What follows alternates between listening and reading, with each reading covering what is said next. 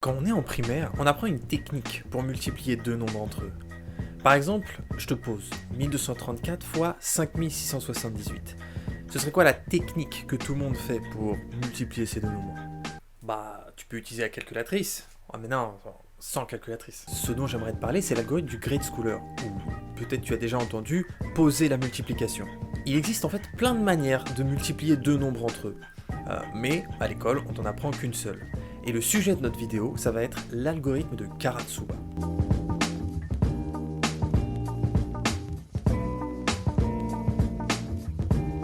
Bon alors déjà, on va rappeler rapidement ce que c'est que de multiplier deux nombres entre eux avec l'algorithme du Great Schooler. On va faire sur un exemple simple. 123 fois 456.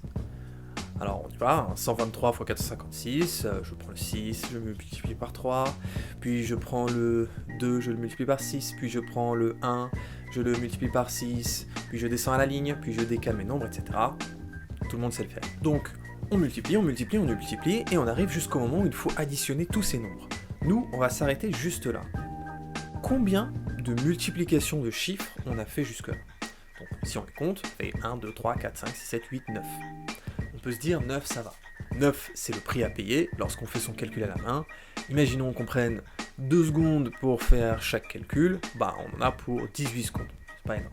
Ce 9 qu'on a vu, c'est la complexité de notre calcul. Mais maintenant, imaginons qu'on veut multiplier 1, 2, 3, 4, 5, 6, 7, 8, 9, 1, 2, 3, 4, 5, 6, 7, 8, 9, multiplié par 1, 2, 3, 4, 5, 6, 7, 8, 9, 1, 2, 3, 4, 5, 6, 7, 8, 9. On sent que la complexité ce sera pas 9. Ça va être quelque chose qui va dépendre de la taille de notre nombre. Sans rentrer dans les détails, l'algorithme du Great Schooler, il a une complexité de n carré, n puissance 2. En soi, lorsque on veut calculer lorsqu'on veut faire une multiplication de deux nombres entre eux, on va regarder la taille du plus grand nombre et on va la mettre au carré et ça va donner la complexité. Donc par exemple, si le plus grand nombre est de taille 100, on va mettre 100 au carré et du coup il faudra une complexité de 1 million. Donc une seconde par calcul, 1 million de secondes. Donc une complexité de n carré dans la règle générale pour l'algorithme du Great Schooler, en soi, c'est normal, hein, c'est ce qu'il demande, c'est ce qu'on apprend aux élèves, et c'est tout à fait ce qu'il faut faire pour faire une multiplication. On ne peut pas faire autrement. Mais ça prend quand même pas mal de ressources. Ça prend quand même un certain nombre de ressources, un certain temps qu'il ne faut pas négliger. Aujourd'hui, avec nos ordinateurs, nos téléphones, etc., on ne s'en rend pas compte, mais ce coût, il faut quand même l'étudier. Pendant très longtemps, on pensait que ce coût, il était obligatoire. Pendant très longtemps, on se disait, bon, bah, on multiplie deux nombres entre eux, on a la technique du Great Schooler, basta. En 1962, Anatoly Karatsuba se dit, mais est-ce qu'il n'y aurait pas moyen de faire beaucoup moins de calculs que lorsqu'on fait l'algorithme du Great Schooler? Faire beaucoup moins de multiplications et potentiellement accélérer notre calcul.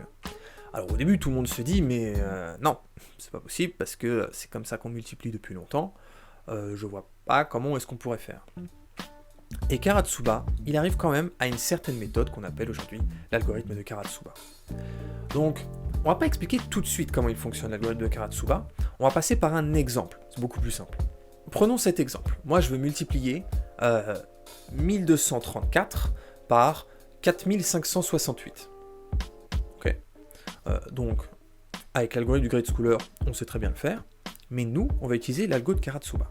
Donc, algo de Karatsuba, première étape, je prends mes nombres et je les divise en deux parties égales. Ça veut dire 1234, je vais avoir 12 et 34. 4568, 45 et 68. On va donner des noms aux valeurs qu'on vient de trouver. Donc 12 ce sera A, B ce sera 34, C ce sera 45 et D ce sera 68. Première étape de l'algo de Karatsuba. Première étape, on va faire A fois C, donc 12 fois 45, ce qui donne 678. Deuxième étape, on va faire B fois D, 34 fois 78, ce qui va donner 2652. Troisième étape, on va faire le calcul A plus B fois C plus D. Je vous laisse faire le calcul, mais on tombe sur le résultat 6164. Enfin, en quatrième étape, on va dire que la quatrième étape sera égale à la troisième étape, moins la deuxième, moins la première. Donc dans notre cas, 6154 moins 2652 moins 672, ce qui nous donne 2840. Enfin, la toute dernière étape, ça va être de faire 672 fois 1000 plus 2652 plus 2840 fois 100. Ça nous donne comme résultat 7 6652. Ok, donc là, on vient d'utiliser l'algorithme de Karatsuba sur un exemple. Et on a vu que sur cet exemple, ça fonctionnait. Mais le problème, c'est que le titre de la vidéo, c'est comment calculer plus rapidement, et pas comment calculer différemment. Du coup, on va se pencher sur la formule générale, la règle générale, qui permet de appliquer l'algorithme de Karatsuba à n'importe quel nombre. Donc du coup, c'est parti, on prend deux nombres qui sont x et y, deux entiers naturels quelconques, et on va commencer par 2-3 définitions. On va dire que x sera égal à 10 puissance n sur 2 fois a plus b, et que y sera égal à 10 puissance n sur 2 fois c plus d. Qu'est-ce que ça veut dire? Pas de panique, c'est juste pour déterminer nos termes a, b, c et d. En gros, c'est juste pour diviser nos deux nombres en deux parties. Du coup, on peut prendre ce nouveau x et ce nouveau y, ou du moins les formes qu'on leur a données, et les multiplier. Donc x fois y, ça nous donne a fois c fois 10 puissance n, plus a fois d plus b fois c fois 10 puissance n sur 2, plus b fois d. Donc là, on est bien. On a notre a, notre b, notre c, notre d, on a notre calcul x fois y, il suffit juste que l'on calcule toutes les composantes, et on va voir comment l'algorithme de Karatsuba arrive à s'en sortir à partir de là. Donc première étape, on calcule a fois c, comme dans l'exemple. Deuxième étape, on calcule b fois d, comme dans l'exemple. Et enfin, l'étape 3, c'est là qu'intervient la magie des maths. Il n'y a rien de magique. Donc typiquement, là, ce qui nous manque, c'est le milieu. Le milieu, c'est a fois d plus b fois c. Le problème, c'est que l'algorithme du Grid Schooler, on veut s'en passer et utiliser l'algo de Karatsuba pour aller plus vite. Et le problème, c'est que si je fais a fois d et que je fais b fois d et que maintenant j'ai encore deux multiplications à faire au milieu, ça va être beaucoup trop lent. Du coup, on va utiliser une petite technique, un petit tricks qu'on appelle carrément le tricks de Gauss. Ça va être de réécrire notre a fois d plus b fois c en a plus b fois c plus d moins a fois c moins b fois d. Ouais, c'est ça. Je vous laisse redévelopper le calcul, si vous avez envie, à la maison. Mais ce calcul que je viens de vous donner, c'est exactement a fois d plus b fois c, mais exprimé différemment. Et le fait de l'exprimer différemment, dans notre calcul, maintenant, au lieu d'avoir deux multiplications, on en a carrément 3. On peut se dire, oh là, on a tout perdu. Sauf que a fois c et b fois d, ce sont des calculs que l'on a déjà fait à l'étape 1 et à l'étape 2. Donc il ne nous reste plus qu'une seule multiplication à faire, qui est a plus b fois c plus d. Et c'est exactement ce que l'on a fait dans l'étape 3 durant notre exemple. Maintenant qu'on a fait toutes nos étapes, on reprend notre expression x fois y et on injecte tous les résultats que l'on a trouvés à chacune de nos étapes. Et en injectant tous nos résultats, bingo, on a trouvé la bonne solution. Maintenant, deuxième point fort de l'algorithme de Karatsuba, c'est que l'algorithme de Karatsuba, c'est un algorithme récursif. C'est un algorithme qui est capable de se rappeler lui-même. Je rappelle, ce que fait l'algorithme de Karatsuba, c'est de multiplier deux nombres entre eux. Or, pendant qu'on fait l'algorithme de Karatsuba, on a besoin de trouver le résultat de deux nombres multipliés entre eux. En d'autres termes, lorsqu'on devra multiplier deux nombres entre eux durant l'algorithme de Karatsuba, on utilisera l'algorithme de Karatsuba pour le faire, jusqu'à ce que les multiplications deviennent assez faciles pour que l'on n'en ait plus besoin. Faut retenir. On verra ce que ça veut dire quand on en aura besoin plus tard dans la vidéo. Donc, tout ce procédé de l'algorithme de Karatsuba, il amène à quoi? Il amène à une complexité de calcul pour une multiplication qui est de n log base 2 de 3. Je rentre pas dans les détails, mais il faut retenir que log base 2, c'est parce que à chaque appel de l'algorithme de Karatsuba, on divise la taille du nombre par 2, et log base 2 de 3, le 3, c'est parce qu'on fait 3 multiplications à chaque appel de l'algorithme. Ah ouais, n log base 2 de 3, trop cool. Tu veux que je t'explique? Ouais, vas-y, explique-moi. On va pas faire de justification mathématique pour savoir quelle complexité est la meilleure de manière précise. On va juste regarder ces deux graphes. Lorsqu'on regarde ces deux graphes, on peut voir que un algorithme en complexité n log base 2 de 3, plus la taille du nombre est grande, et plus le nombre de calculs sera petit par rapport à un algorithme qui sera en complexité n carré. Incroyable, on a une méthode qui s'applique à tous les nombres, c'est ça? Alors qu'on s'entende, c'est tous les entiers naturels. Mais oui, c'est une méthode qui s'applique à tous les nombres, et c'est maintenant qu'on va voir ensemble l'implémentation de l'algorithme. Donc c'est parti, on prend tout simplement la fonction Karatsuba, x, y, et qui va donner le résultat de la multiplication de x et de y. Maintenant, on prend la longueur de leur nombre. Donc ici, la longueur de leur nombre sera stockée dans len1, len2. Maintenant que c'est fait, on va regarder si un des deux nombres possède une longueur de 1. Qu'est-ce que ça veut dire? Ça veut dire que on fait une multiplication avec un seul chiffre.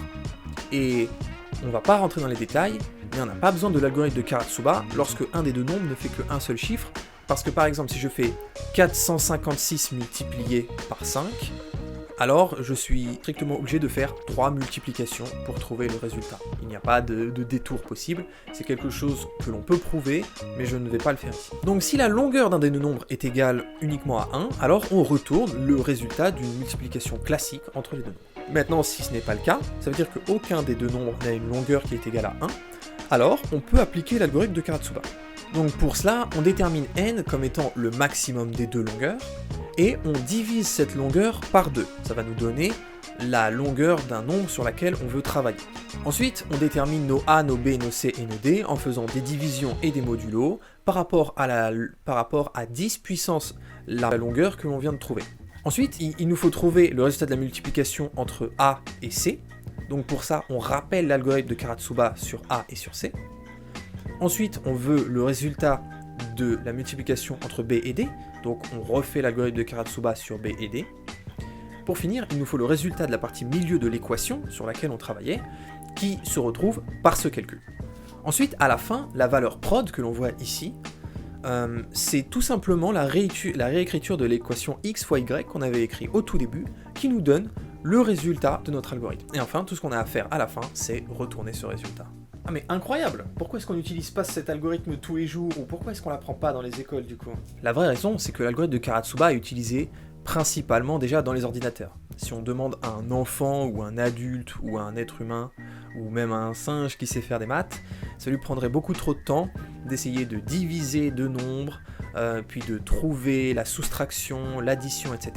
Alors qu'il y a une différence significative entre faire une multiplication et une addition pour un ordinateur.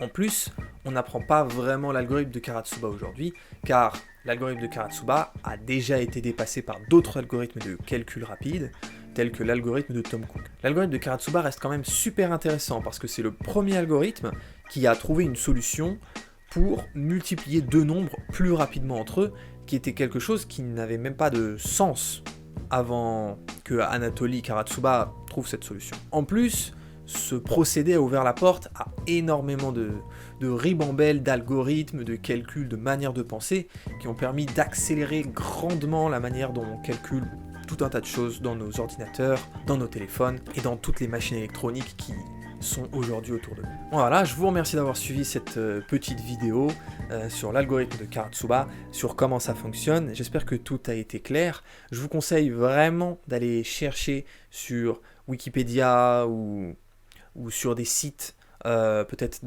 plus professionnels ou universitaires des informations sur cet algo, parce que c'est intéressant, et si vous êtes intéressé, là on n'a fait que gratter la surface, il restait encore énormément de questions à résoudre pour que celui-ci fonctionne vraiment parfaitement et à merveille. Voilà, donc je vous remercie d'avoir suivi cette petite vidéo. Ciao!